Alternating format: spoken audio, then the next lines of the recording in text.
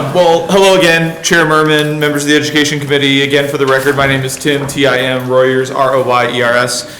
I'm the president of the Nebraska State Education Association, and I am pleased to be able to testify in support of LB411 on behalf of our members.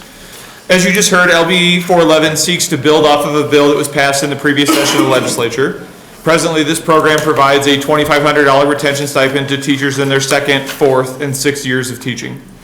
Our goal is to both streamline the process and expand the scope, and especially given the recent comments, I'll start with the goal of streamlining the process. So this school year was the first year that the existing program was in operation. So we made sure in the fall to help notify members and make sure that they're aware that they're eligible. However, in its current form, as you heard, the program requires a teacher to apply to receive funds from the Department of Education. We had a number of members reach out who ran into challenges. Some were erroneously told they were ineligible based on certain code errors on the application. We actually had others report to us that it took more than 10 attempts to submit the application for it to be properly received.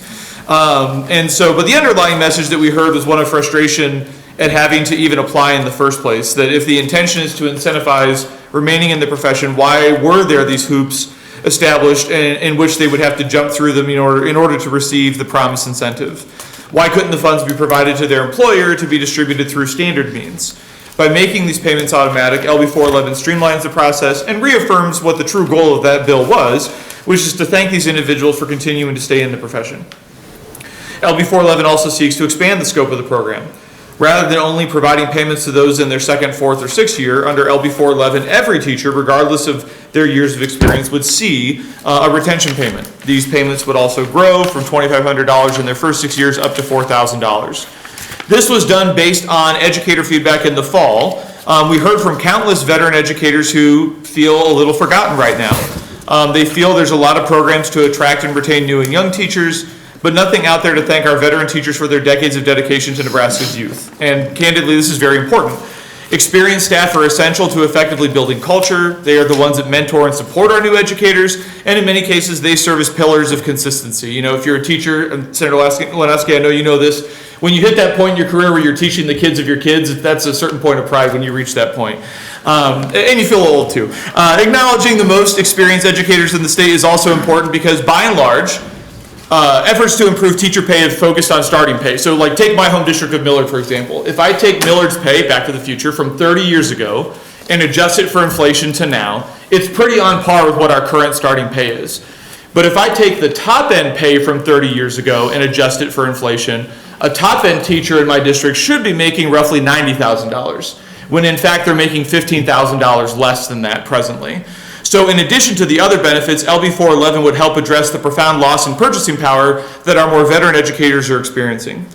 We know, as Senator Duncan mentioned, this is a significant request of the committee, but we also feel you created the Education Future Fund for exactly these kinds of proposals, bills that would specifically put money directly in the pockets of teachers. You're going to hear from other educators about why this is important, but obviously happy to answer any questions, and I sincerely appreciate you taking the time to consider the bill. Thank you. Any questions for Mr. Royers? Senator Hughes.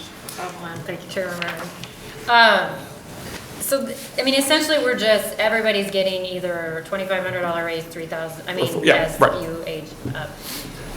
How do you're saying it's like a bonus, how do you ensure, I'm just like devil's advocate, I'm on a school board and it's like, sweet, the state just paid $2,500 more for a teacher, I'm not gonna bump them up for the next couple of years. Yeah, great question. I think that's where the existing CIR comes in, right? You still do have an array. Because this is a stipend, it doesn't count as salary for the purposes of comparability within the array. So that would be my direct answer. Yep. But great question. That's certainly something we talked about too. Any other questions? If not, thank you. Yep. Thank you, everyone.